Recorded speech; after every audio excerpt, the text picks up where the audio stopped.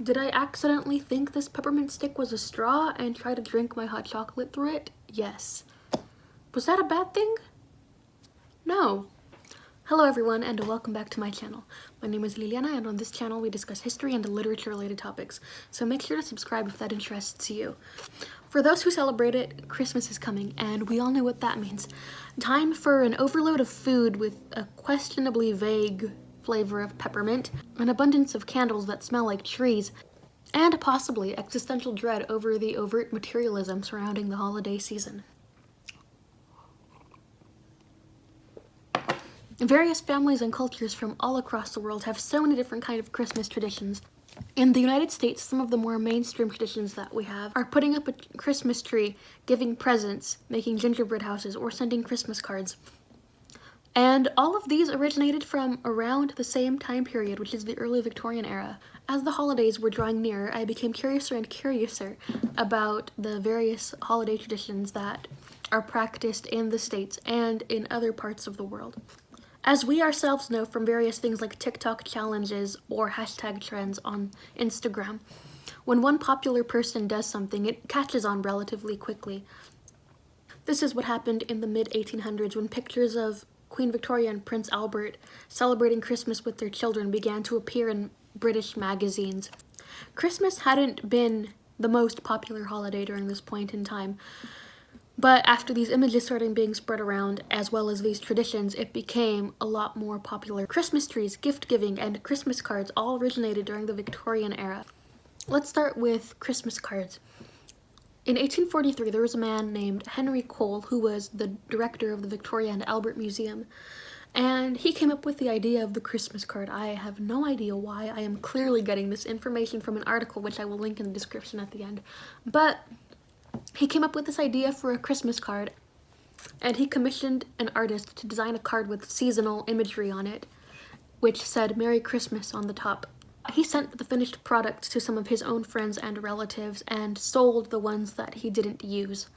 Apparently, people liked the idea of sending and receiving cards from friends and family because as the years passed, the printing process became easier and the cards became cheaper and more accessible to everyone, and pretty soon everybody was sending Christmas cards.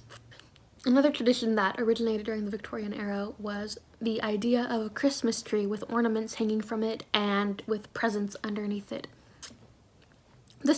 This tradition originated in Germany, which is where Prince Albert was from, and because he had celebrated using the tree as a child when he married Queen Victoria, he also brought that tradition with him to England. As I said before, drawings of him and his family got printed in various popular British magazines and distributed throughout the UK. So when people started seeing the tree with the ornaments and the presents, they liked it and began to get some of their own. And so by the early 1850s, tree decorations and Christmas trees were an industry in and of themselves. The idea of having gifts under the tree was also particularly interesting because before, gifts had traditionally been given on December 31st to usher in a new year with gifts, but now that date got moved back around a week or so to be given at Christmas time. Now, all of this is very interesting, but I was wondering, why do we have the image of a 19th century Christmas so fixated in our minds? Why is Christmas imagery so full of people from the 1840s? Why do Christmas carolers also dress like they're from that time period? Or why does the concept of a Dickensian Christmas even exist? And now the easy answer to that is, well, you just said that Christmas became popularized during the Victorian era because of family values and because of traditions that were brought over from Germany. And yes, that is an answer.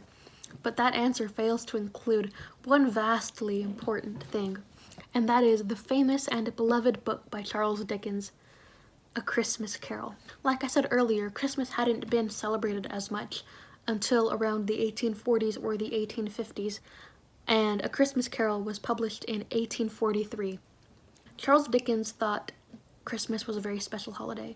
He personally placed a lot of importance on it, and he thought that it should be more popular than what it was, which is why in the early 1840s he did write A Christmas Carol, in which he envisioned himself as Bob Cratchit, a family man who wants to spend the holidays with his loved ones, but who can't because of work or other obligations.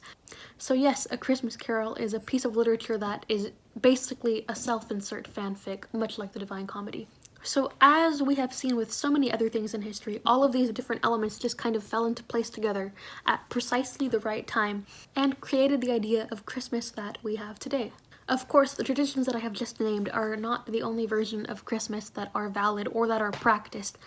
I know that I have viewers from various different countries and cultures, and I know that the way you celebrate Christmas, if you do, is influenced by your geographic location, your family's history, your ethnicity, or your religion. The version of Christmas that I celebrate is quite different from that which Charles Dickens wrote about in A Christmas Carol. And the foods that I eat on December 25th are certainly not your traditional ham or turkey with potatoes and gravy and stuffing and rolls. I'm not Catholic, but in Hispanic Catholic culture, Christmas celebrations can go on for several days, and there is one holiday, which is in January, which still focuses on Christmas and the birth of Christ. So as you can see, the most popular version, or the version that we see on TV or in other media, is by no means the only version of a holiday or of anything that exists out there. Let me know in the comments what kind of Christmas traditions your family celebrates, if you celebrate Christmas, and don't forget to like and subscribe to this video. Thank you so much for watching. Bye! Be right back. I have to go finish watching the BBC Victoria series Christmas episode.